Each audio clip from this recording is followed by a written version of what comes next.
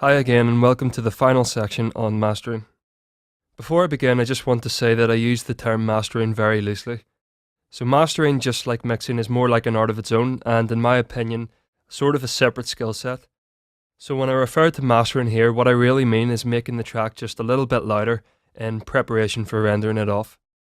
In my own songs, I usually just push the master fader up a bit with little to no master compression at all, which I know is probably a bit lazy, but to be quite honest, I've always felt that the tracks were quite fine without it. Now, a good mastering engineer will always be able to give the track that final little nudge of goodness, but at this stage all we really want to do is make it just a little bit louder.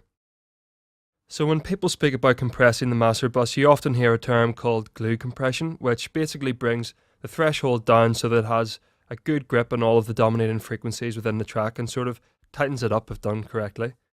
And what I'm going to do is use FL Stock Compressor and scroll through some of the mastering presets to give you a quick idea for what you might want to do at this stage to bring your tracks up a little bit in volume. It's absolutely not a mastering compressor by any means, but it's absolutely fine to demonstrate just for now.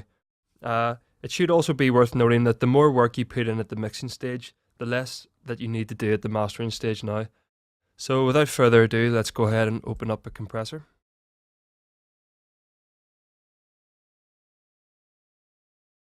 And let's first of all go through some of the presets. First of all, I'll cycle through the two fast master presets. So here it is without it.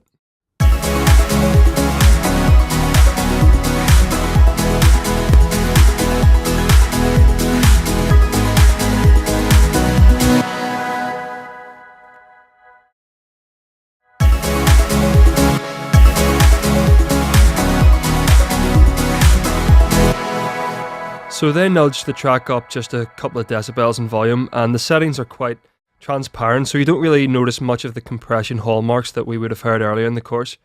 So now let's scroll through the next three mastering presets, from Mastering 1 I think it's called, all the way up to Master Vintage. So I'll just do a quick before and after. And then on.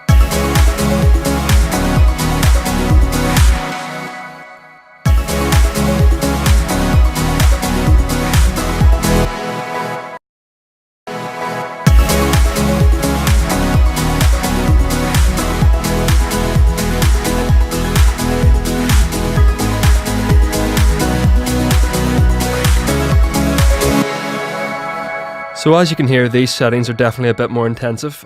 Each of these presets had lower thresholds, which meant that more of the track was being affected by the compressor, and the makeup gain was pushed between 3 to 7.5 dB higher. So this resulted in more of a sort of pumping sound, and more extreme settings may work depending on the style of music you're aiming for, but in the case of this piece, I think using compression just a bit more lightly works a lot better. So what I'll do is go back to one of the fast master presets and push the gain up just around 4 dB, just to bring us a bit closer to the 0 dB mark.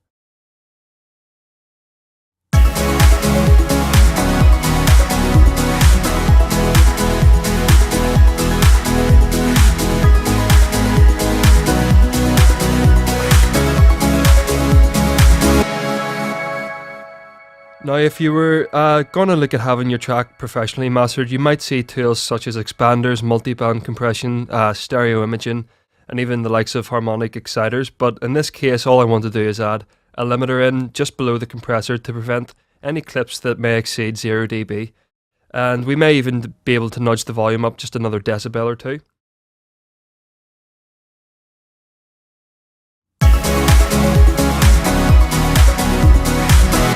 So you'll see this ceiling line here, and depending on whereabouts you set the ceiling, it's going to cut off the signal completely at that point, and you can see it's represented by this green line.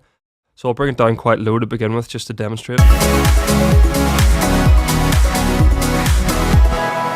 And obviously that sounds absolutely horrible, so what I want to do is just leave it at default, just so it doesn't clip anywhere above the 0 mark.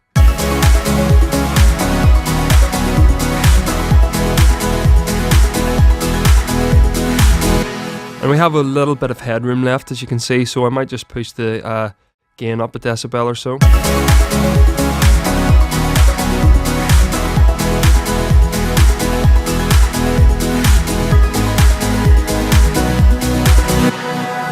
So I don't want it to be too loud. I think that's absolutely perfect for now. If people want to listen to it louder, they can simply turn their volume up.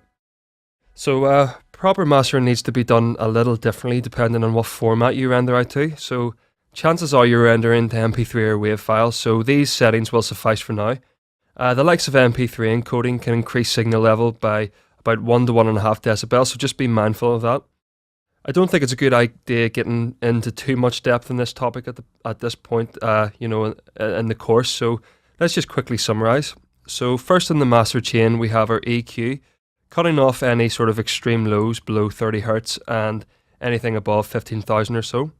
Then we have the compressor, tightening things up slightly with some makeup gain. Before finally the limiter tames all the peaks that may exceed 0 dB, just very gently. So that basically concludes the course. We already know how to render in different formats from the section in level 1, so we can wrap things up here. And once again, do be sure to experiment in your own way with the techniques that we've explored in this course. So nothing here is exclusive to this style of music, so really just feel free to do whatever sounds good.